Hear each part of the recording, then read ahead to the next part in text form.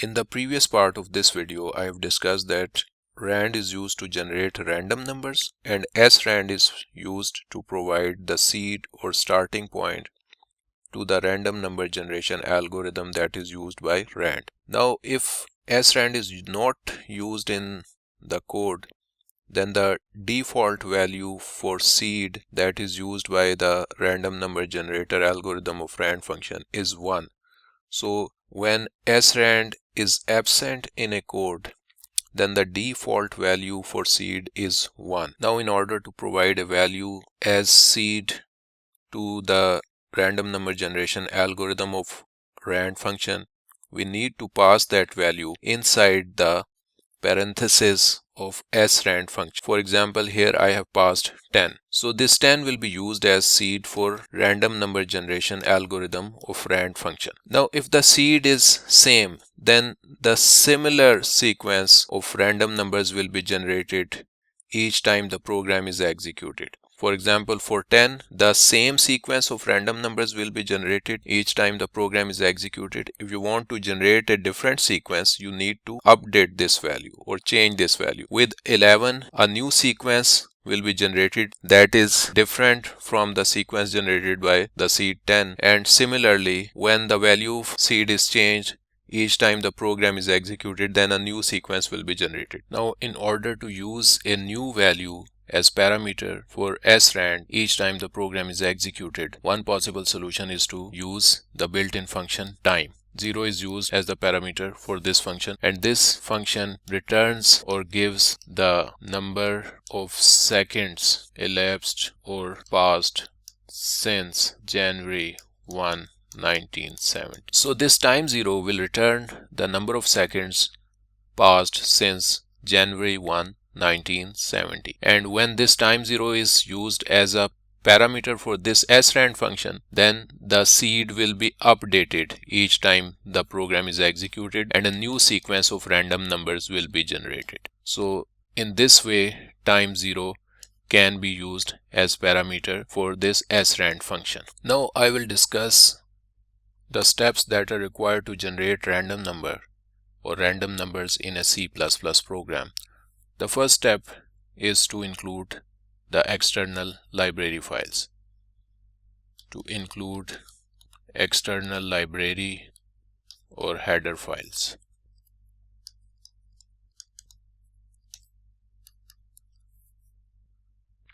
Step 2 is to call srand function with appropriate parameter value only once at the start of main function. Now, if a new sequence of random numbers is required each time the program is executed, then time 0 should be used as parameter here. And if a constant value is moved without changing the value, then the sequence of random numbers will be same each time the code is executed. And the third step is to call rand function each time the generation of a random number is required.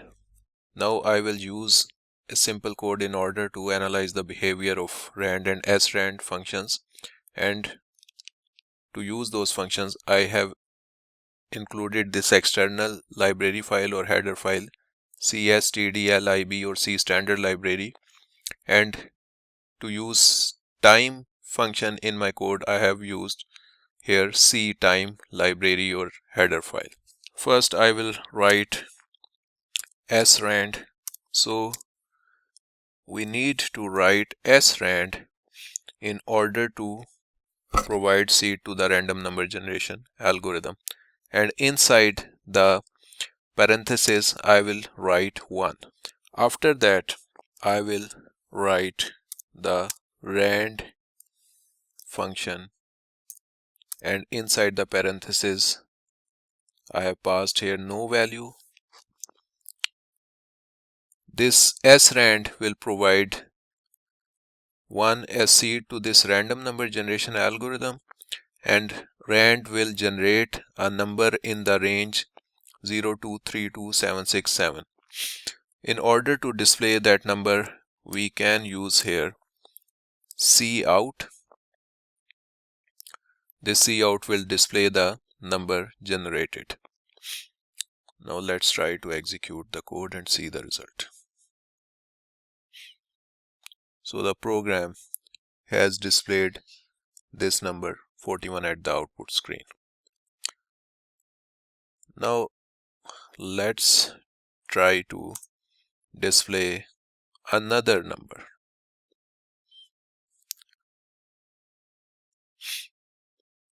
If you want to generate another number, you should call the rand function again. I will use here endl in order to move the cursor to the beginning of the next line, and here I have used here again cout rand. Now let me execute and see the result. So this is the next value that the program has displayed.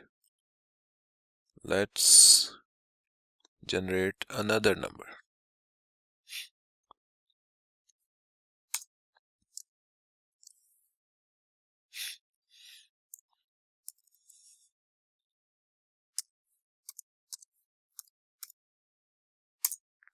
Now when this rand is executed, a number will be generated. Again, when this rand is executed, another number will be generated. Again, when this rand is executed, another number will be generated. So each time this rand is executed, a number will be generated. But you need to remember that you need to only use this srand once in the program. You don't need to use it again and again, because only at the start that seed will be provided to the random number generation algorithm, and that random number generation algorithm will use this seed as the starting point to generate the series of these random numbers. Now let's execute and see the result. So here another number is generated. Now I will remove this instruction and now let's try to see the output. Now since this instruction has been removed, the default seed value for this random number generator algorithm is 1, which is the same that we have used in our previous instruction of srand that we have just used,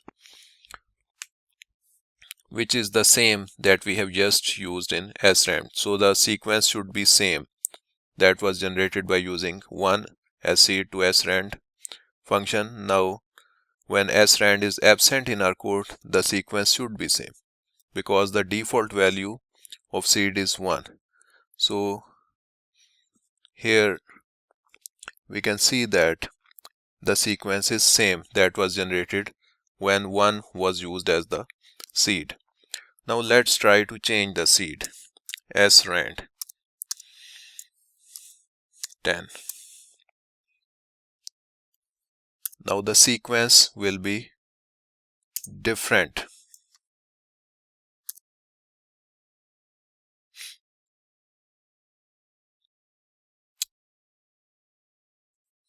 You can see that the sequence is different.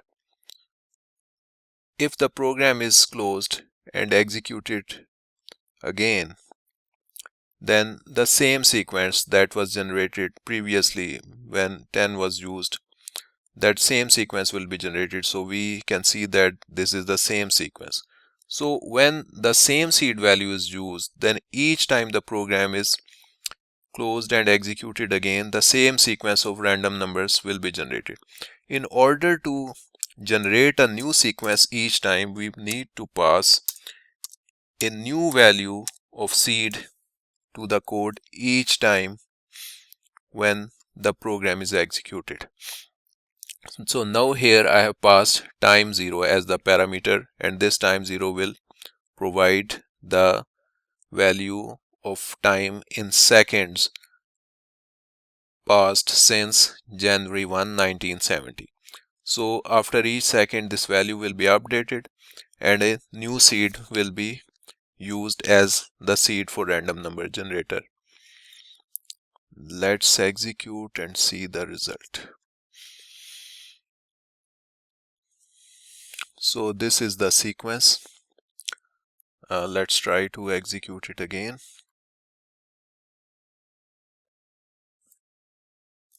The sequence is changed. Let's execute it again. So again the sequence is changed. So by using this time zero parameter, each time the program is executed, the sequence will be new, or new sequence will be generated.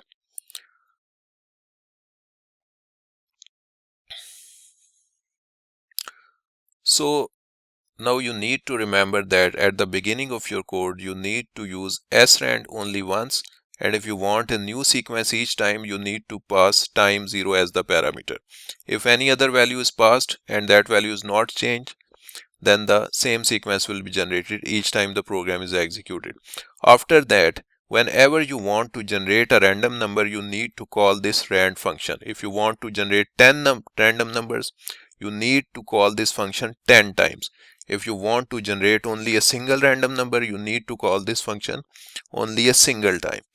Now let's try to call it only a single time and generate a random number.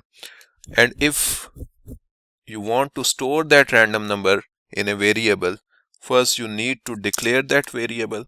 I will declare here num, and then I will assign the num, or I will assign the value returned by rand to this num. So here I have assigned the value returned by rand to this num. Now this num can be displayed to display the value generated by the random number.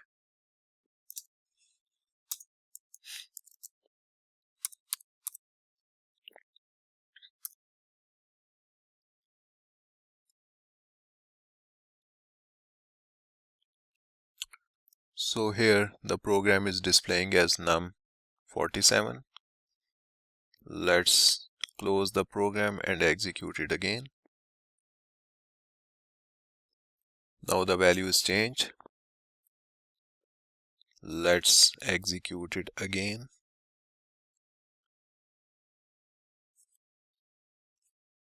The value is changed. Now the code is working perfectly.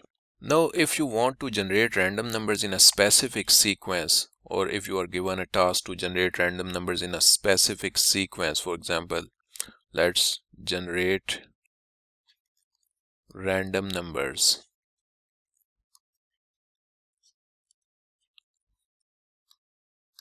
in the range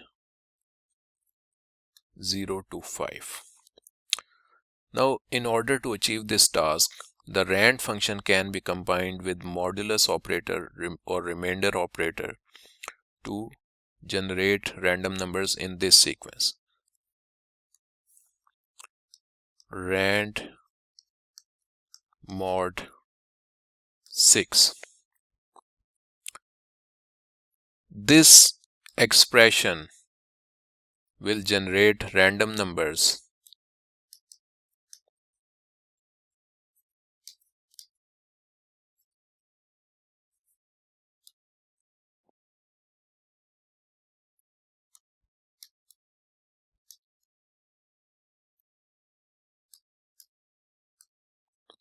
So this expression will generate random numbers in the range 0 to 5. And how this is done, now I will elaborate the functionality.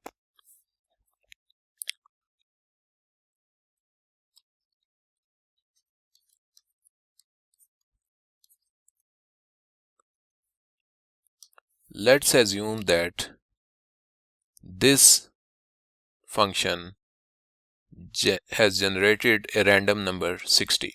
So when 60 is divided by 6, the quotient is 10, the remainder is 0. Now if this rand function generates 61, so Again, when 61 is divided by 6, quotient is 10 and remainder is 1. If the rand function generates 62, quotient is 10, remainder is 2. If the rand function generates 63, quotient 10, remainder 3. For 64, quotient is 10, remainder is 4. For 65, quotient is 10, remainder is 5. For 66, quotient is 11, remainder is 0.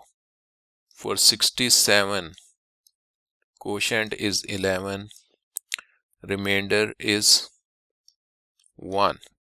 For 68, quotient is 11, remainder is 2. So in this way, whatever value is generated by this rand function, when that value is divided by 6, the remainder will always be generated in the range 0 to 5. So this expression will always give a number in the range 0 to 5. Similarly, if generation of random numbers in the range 0 to 100 is required, then rand mod 101 can be used and it will generate random numbers in the range 0 to 100.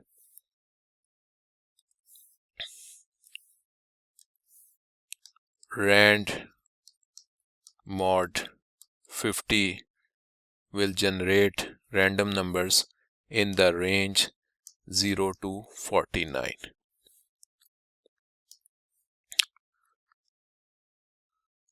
If the range of the random numbers does not start from 0, for example, if the required range is 3 to 6, now 3 is at a distance of 3 from 0, or we can say that there is an offset of 3 here. The offset is 3. We can find the range as max value minus min value plus 1. So here the range is 6 minus 3 plus 1, 4. The range is 4 and the offset is 3.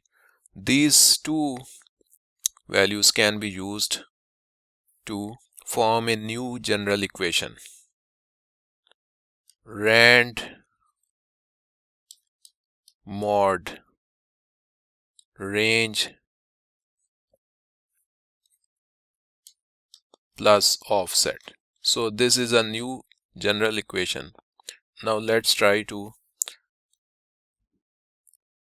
generate random numbers in the range 5 to 10. Here the offset is 5 and the range is offset is 5 here, and the range is max value is 10, min value is 5 plus 1,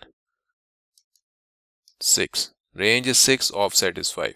So when these values are inserted in the equation, rand mod 6 plus 5, then this part of the expression will generate random numbers in the range 0 to 5, and for each value generated, 5 will be added to that value. For example, if 0 is generated, then the result of this complete expression will be 5, and if 5 is generated, then the result of this complete expression is 10. So this complete expression will give the random values in the range 5 to 10. So in these type of requirements, so for these type of ranges, this equation can be used. Now let's try to generate random numbers. Generate random numbers. Now let's try to generate a sequence of 10 random numbers in the range 0 to 100. Now in order to implement the functionality in our code, we first need to use this formula, rand mod 101. It will generate the random number in the range 0 to 100. So this complete equation or expression will generate a single random number in the range 0 to 100, and each time this expression is called, a new random number, a single random number in the range 0 to 100 will be generated. So this expression will not generate 10 random numbers, it will generate a single random number, and we need to call this expression inside a for loop. So each time the loop is executed, a new random number will be generated. Now let's try to implement the functionality in our code. We will generate 10 random values in the range 0 to 100.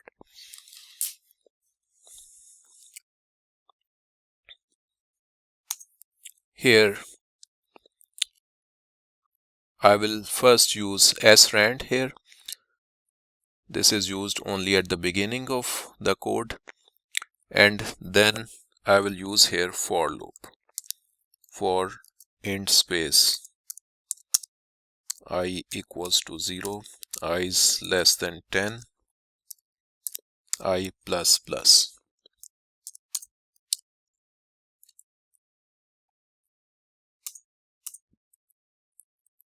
I assume that you are familiar with the working of a for loop. Now inside the body of this for loop, you may assign the value returned by this rand to a num, or you may directly display the value returned by the rand. In order to implement the requirement of our code, I will here write 101 because the number generated should be in the range 0 to 100. So whenever this function call is executed, only a single number will be generated, and that single number will lie in the range 0 to 100. 0 to 100. Only a single number will be generated.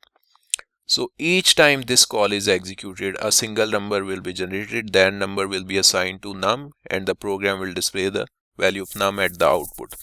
And this for loop,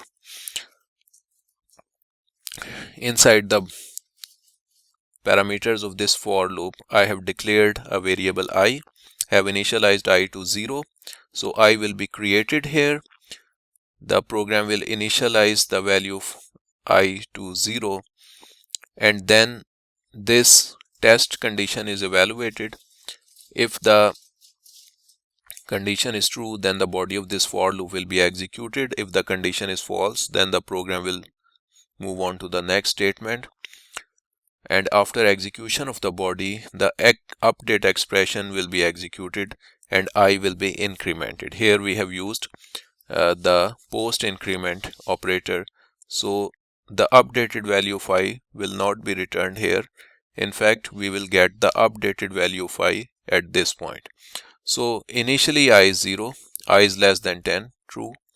The body of this for loop will be executed. A random number will be generated in the range 0 to 100, any value will be generated. That value will be assigned to num. The program will display the value of num at the output, and here I will insert and L. From this point, the program will move to the closing bracket of this for loop, and from this point the program will go to this updated statement. Now I will result in 0, and at this point the incremented value of I, that is 1, will be obtained. So at this point I will become 1, 1 is less than 10, still true. Again the body will be executed, again a number will be generated in the range 0 to 100, that number will be stored in num. The program will display the value of num at the output, and I will move the cursor to the beginning of the next line, and when this closing bracket of for loop is encountered, then the program will move to the update expression. Now at this point I++ will return 1, and at this point the updated value of 2 will be obtained. So 2 is less than 10, yes, true. Again the loop will be executed. So in this way, when I becomes equal to 10 at this point, then the condition will become false and the loop will be terminated. When this for loop is terminated, then the program will move to this point, and this closing bracket of main will be encountered, and the program will be terminated. Now let's execute and display the output. So the program has generated 10 numbers in the range of 0 to 100. Again, if the code is executed,